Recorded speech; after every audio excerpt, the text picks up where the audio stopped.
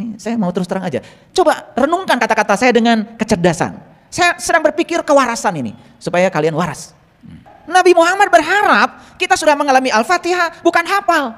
Sudah mengalami Al-Baqarah bukan hafal. Sudah mengalami Ali Imran sudah mengalami. Karena yang mengalami boleh cerita. Tidak usah ditafsir. Jadi orang yang benar-benar Tuhannya Allah cirinya dua. Satu tidak takut, dua tidak sedih. Itu aja. Tanya pada dirimu sekarang, masih takut? Bayangkan buku agama nih ceritanya. Kemudian di depannya ada tulisan dikarang oleh. Bayangkan kalau agama ngarang, isinya apa?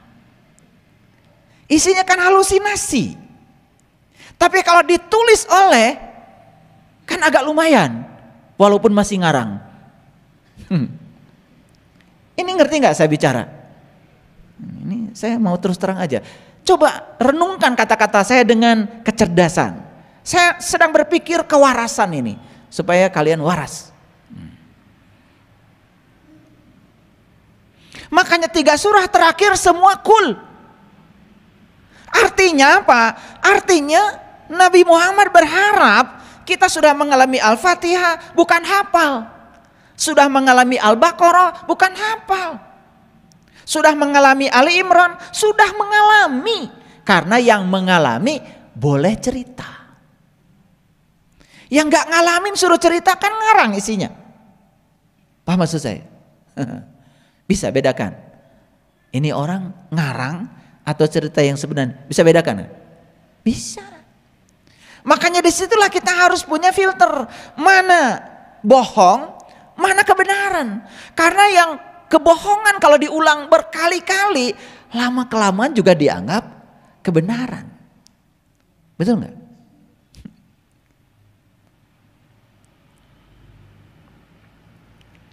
Nah, lanjut ayat ini.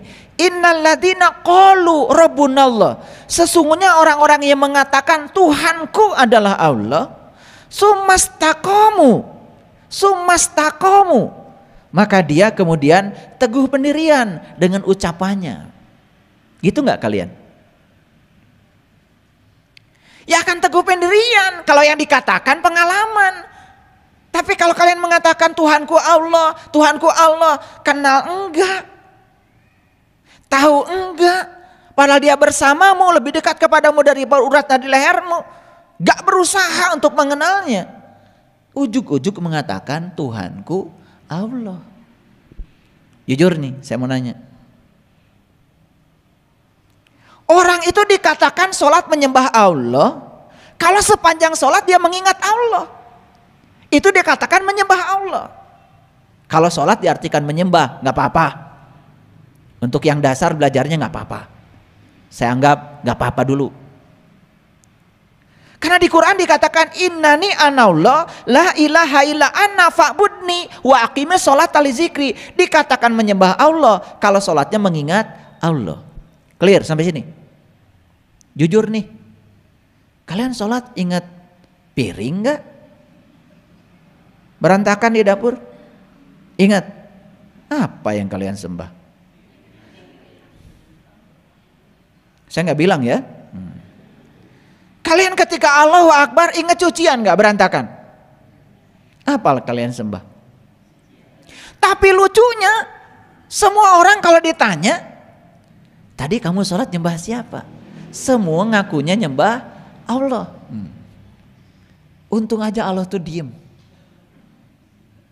Coba Allah kalau teriak, aku tahu yang kamu ingat sepanjang sholat itu ini kata Allah. Untung aja Allah mah diem, cicing. Bager Allah cicing we Allah. Maraneh ngaku itu ngaku ieu cicing we Allah. Gusti Allah anjeun teh pangeran abdi calik we Allah. Sugan Allah teh usil. Lain senda maneh mah pangeran teh kana duit henteu Allah. Tara Allah mah. Allah mah tara cegekan kitu. Calik we Allah. Hening we Allah. Bager Allah mah. Betul nggak? Coba kamu. Ada orang bilang, ya, kamu baru aja ngasih orang ngasih jilbab misalkan sama orang. Terus orang tuh bilang gini, itu jilbab ti saha? Oh pamasihan kamari ti si anu, padahal numerena aya di dinya. Calawak teu.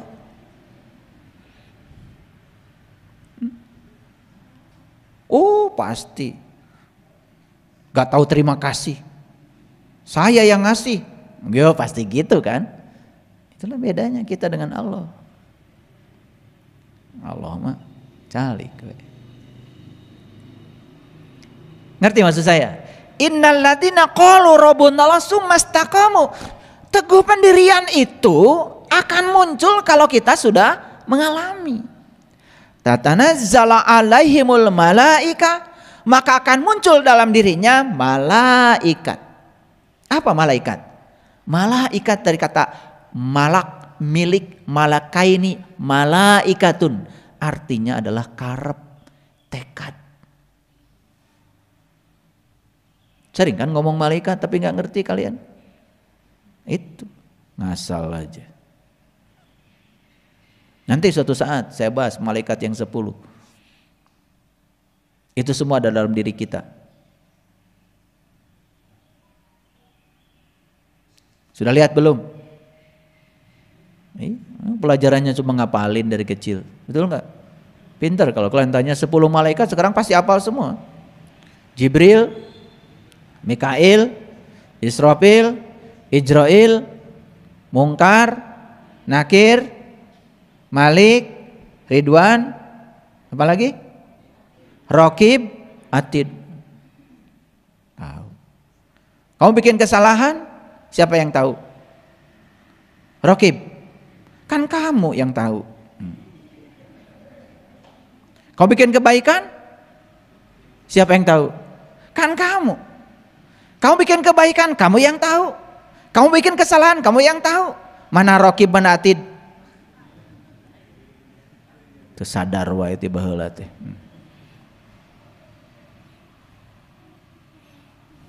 Kamu ngasih sesuatu pada tetangga, siapa yang tahu? Kamu.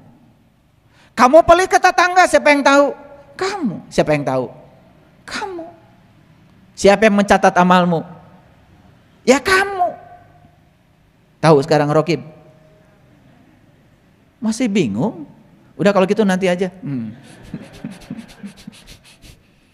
Daya ngaji teh tara aya bukurna. Hafalkeun wae. Hafalkan semua. Oh, itu udah 10 kalau pelajaran agama. Kalau gurunya yang lain, kalau guru saya masih 0. Kalau saya yang ngajar agamanya, mana buktinya? Pasti saya tanya. Kalau belum sampai bukti, belum bisa membuktikan, 0 kalau dari saya. Buat apa hafal? Hafal tuh nggak penting, ya. Nggak penting, karena dalam teori kognisi hafal itu adalah level kognisi yang paling dasar, paling rendah. Menghafal, memahami, menerapkan, menganalisis, mengevaluasi, baru mensintesa. Nah, itu baru keren. Menghafal itu level kognisi yang paling rendah itu, ya, belum apa-apa. Udah biarkan aja. Gak ribut dia. Dia pengen ngaji. Semoga dia sempurna nanti.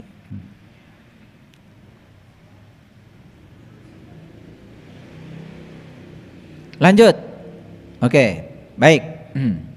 Jadi malaikat itu apa? Tekad. Orang yang sudah sampai kepada Allah dan mengatakan qalu rabbunallah, sudah mengatakan Tuhanku adalah Allah. Tsumastaqamu, pasti dia teguh pendiriannya. Tatanazzala alaihimul malaika, maka turun dalam dirinya tekad yang kuat. Tekad yang kuat. Untuk apa? Allah takhafu wala tahzan. Maka orang yang sudah benar-benar Tuhannya adalah Allah, 2 cirinya. 1, tidak takut. 2, tidak sedih. Nah, kapan seseorang takut? Kalau dia dibawa oleh pikirannya ke masa depan. Kapan seseorang sedih? Kalau sedang dibawa oleh pikirannya ke masa lalu. Makanya saya sering katakan sama kalian, kalau kalian sekarang duduk di depan saya, ada rasa takut, berarti kalian tidak ada di sini. Kalian sedang dibawa oleh pikiran kalian ke masa depan. Dan kalau sekarang kalian sedih, kalian juga nggak ada di sini. Kalian sedang dibawa oleh pikiran kalian ke masa lalu. Karena yang hadir di sini saat ini sekarang pasti damai. Itu yang namanya kebahagiaan, itu hadir sebetulnya. Hadir di sini saat ini sekarang, rasakan kehadiran Allah dalam diri, rasakan keberadaannya, rasakan nafas kita, rasakan energi yang mengalir dalam tubuh kita, itu luar biasa. Itu yang akan membawa kita pada kedamaian. Jadi orang-orang yang mengatakan sesungguhnya Tuhanku adalah Allah, kemudian dia istiqomah, teguh pendirian, dan tekadnya semakin kuat, maka dia cirinya dua. Satu, dia tidak punya rasa takut. Yang kedua, tidak punya rasa sedih. La takhaf wala tahzan. Keren gak ayat ini? Sekarang saya mau tanya, kita udah bebas dari rasa takut? Belum. Sudah bebas dari rasa sedih? Belum. Jadi kata-katamu sesungguhnya Tuhanku adalah Allah, benar apa bohong? Gitu cara ngukurnya, gampang. Kalau masih takut, masih sedih, setiap ketemu orang ngeluh, setiap ketemu orang bicara susah, setiap ketemu orang selalu saja protes, tidak pernah damai, itu sudah bukti ucapanmu yang mengatakan Tuhanku adalah Allah masih bohong. Kartos, ini ayat tidak usah ditafsir karena ini udah jelas banget, tidak ruwet. Kalau saya kemarin ngasih kajian khusus kan tentang sholat 5 waktu, banyak yang mengernyitkan dahi ya, agak berat katanya ya kajian malam ini. Ya sekali-kali yang berat, yang ringan terus. Nah ini ringan nih, ringan, tidak usah ditafsir. Jadi orang yang benar-benar Tuhannya Allah, cirinya dua, satu tidak takut, dua tidak sedih. Itu aja. Tanya pada dirimu sekarang, masih takut? Makanya ada seorang seniman, dan saya setuju dengan kata-kata beliau, menghina Allah itu tidak usah kau menginjak-injak kitab sucinya, gak perlu. Khawatir saja tentang hari esok, itu sudah menghina Allah. Kan yang suka membuat kita takut itu besok kan? Padahal besok kalau masih hidup akan diperlakukan seperti sekarang. Hari ini pun kemarin kan dikhawatirkan. Betul? Pernah mengkhawatirkan hari ini? Ya pernah, seminggu yang lalu. Kenyataannya kan kalian baik-baik saja. Duit ada? Ada. Beras di rumah ada? Ada. Udah minum kopi tadi? Udah. Terus apa yang mau dikhawatirkan? Betul nggak? Baju masih dipakai kan? HP ada kuotanya? Ada. Galon di rumah ada? Ada. Ada isinya? Ada.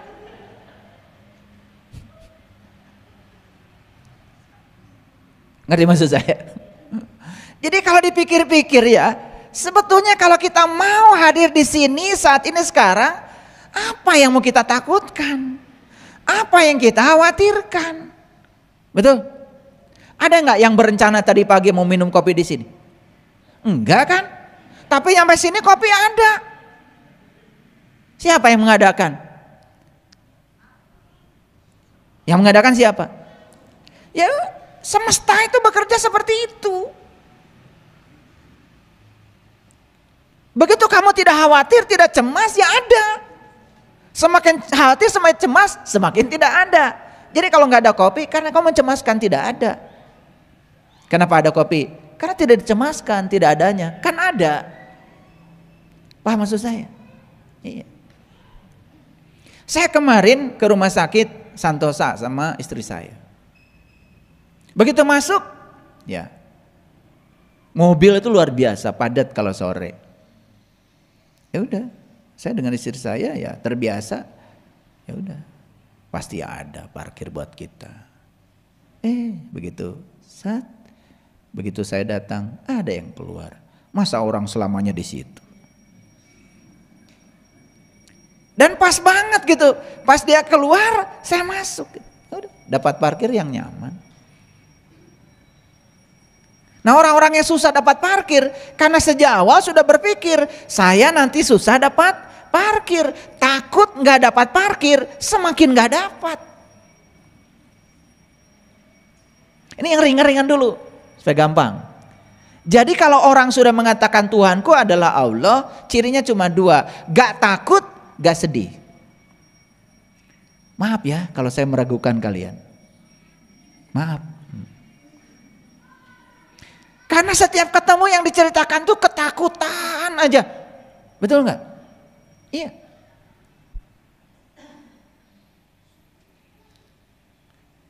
Saya berfoto di Jelekong, takut ayah guru sakit, saya aja nggak takut.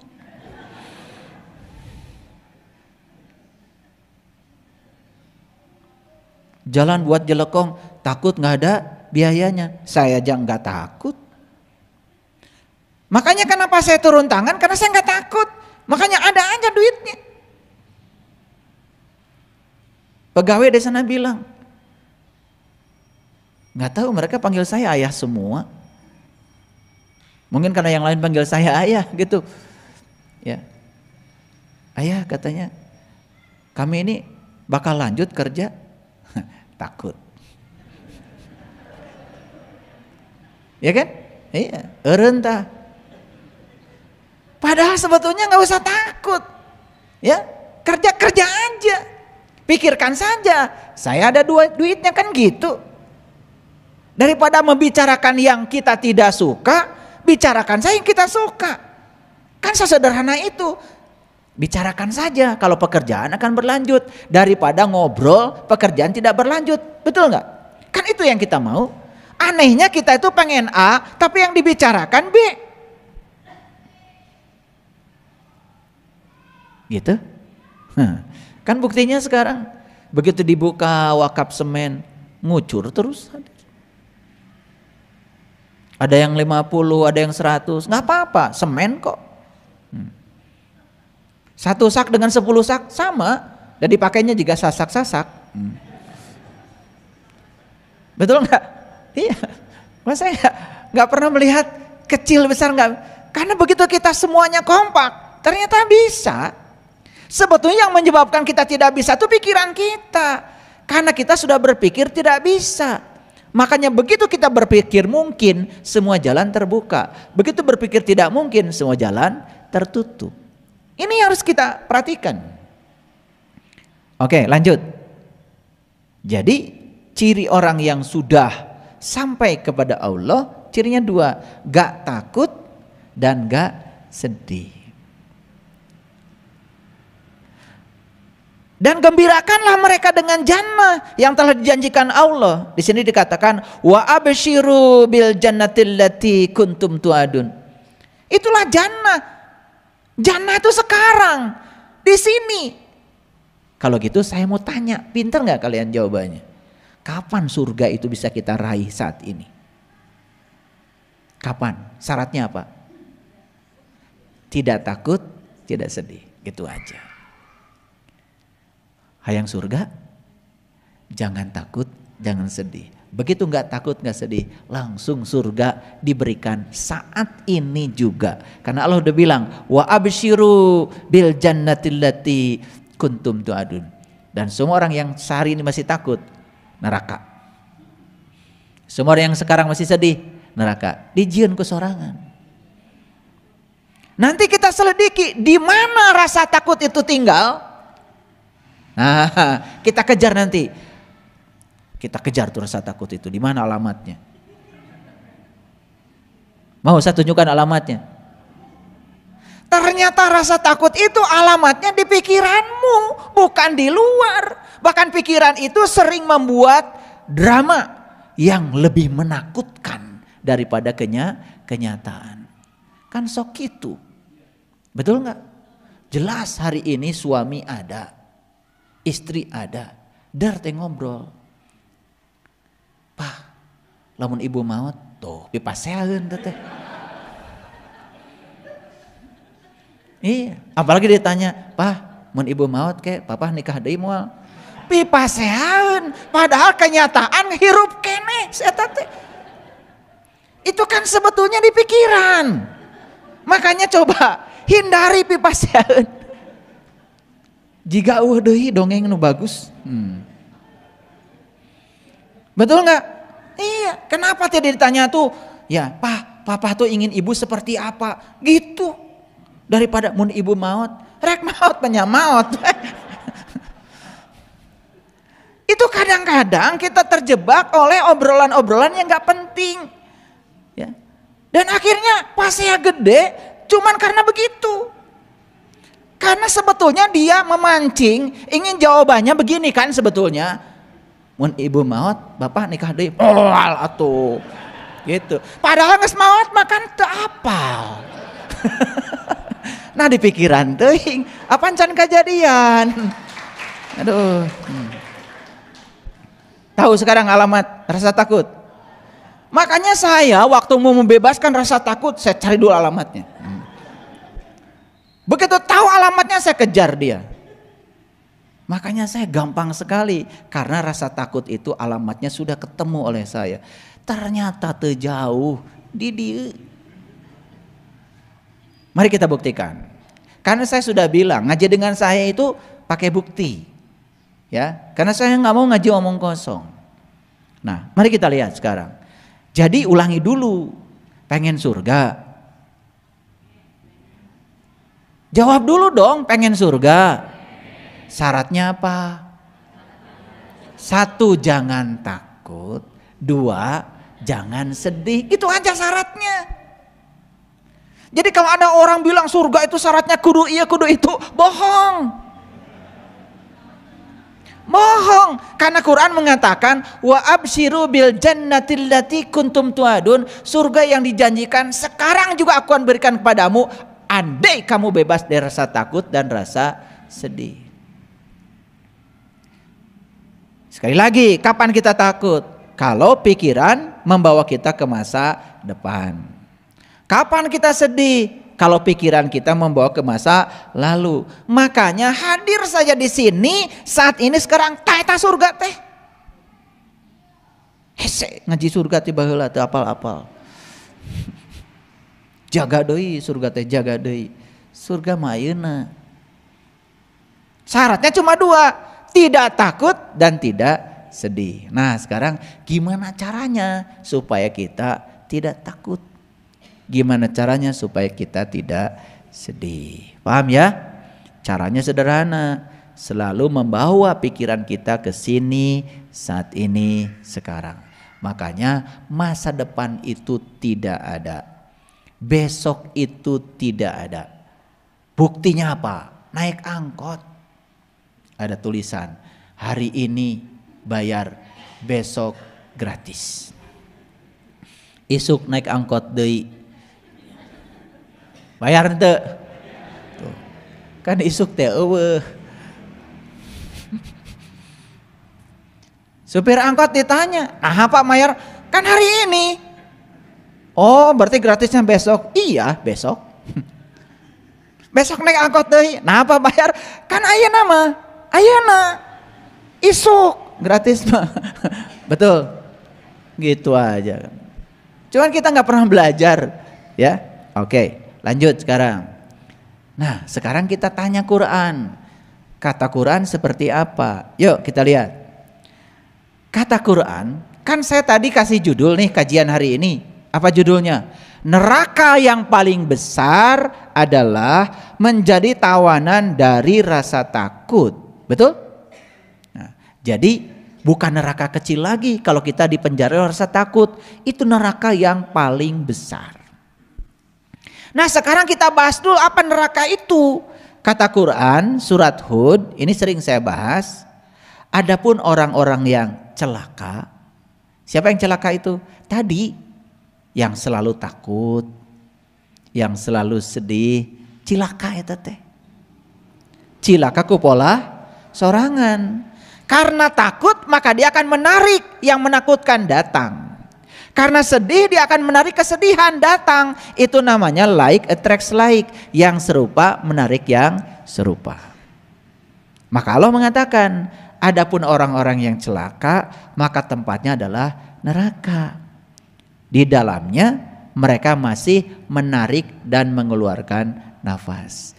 Jelas sekarang neraka teh di sini. Pada saat kita masih menarik dan mengeluarkan nafas. Apakah Bapak Ibu sekarang menarik nafas? Mengeluarkan nafas? Di mana? Kan di sini. Kapan? Ketika masih hidup. Ini ayatnya jelas kok. Fa ammal ladina syaqu fa finnar lahum fiha zafirun wa sahihun. Khalidina fiha. Nah, ini yang mau saya bahas. Kenapa ada kata-kata mereka kekal di dalamnya? Ini harus jelas. Ayo lihat saya semuanya. Pikiran memikirkan yang negatif. Misalnya, contoh saja, memikirkan yang negatif. Yang paling gampang. Suami sedang kerja. Kerja kan? Kerja. Tiba-tiba pikiran memikirkan suami itu tidak sedang kerja, tetapi sedang melakukan sesuatu yang tidak diinginkan. Siapa yang menciptakan itu? Pikiran. Apakah kenyataannya suami begitu? Belum tentu. Yang pasti pikiran sudah ngasih energi seperti itu. Perasaan jadi enak? Gak enak. Apakah yang menyebabkan perasaan tidak enak itu suami melakukan sesuatu? Bukan kan? Jelas pikiranmu. Tiba-tiba ngamuk di telepon. Jika jelema edan, jojolan ngamuk. Padahal suaminya sedang mencari nafkah. Pika sebelen itu.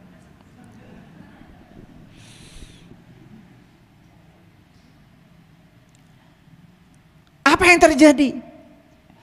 Pikiran, perasaan. Pikiran, perasaan. Kan bolak-balik tuh.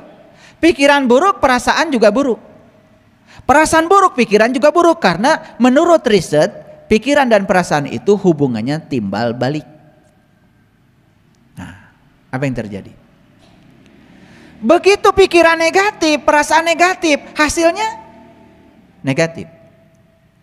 Nah, yang negatif ini akan menciptakan pikiran negatif lagi enggak? Akan menciptakan pikiran negatif lagi.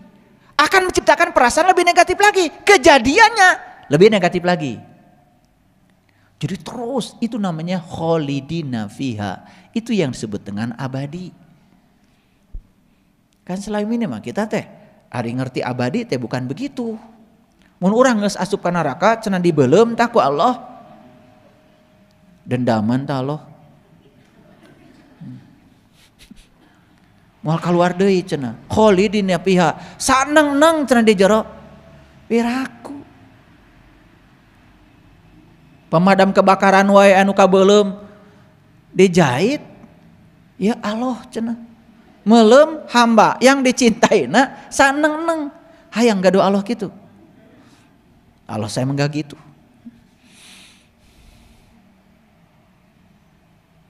Jadi ngerti serang khalidina fiha. Ulangi kalau belum mengerti. Pikiran buruk menciptakan perasaan buruk. Hasilnya buruk. Hasil buruk ini kan nambah buruk pikiran teh.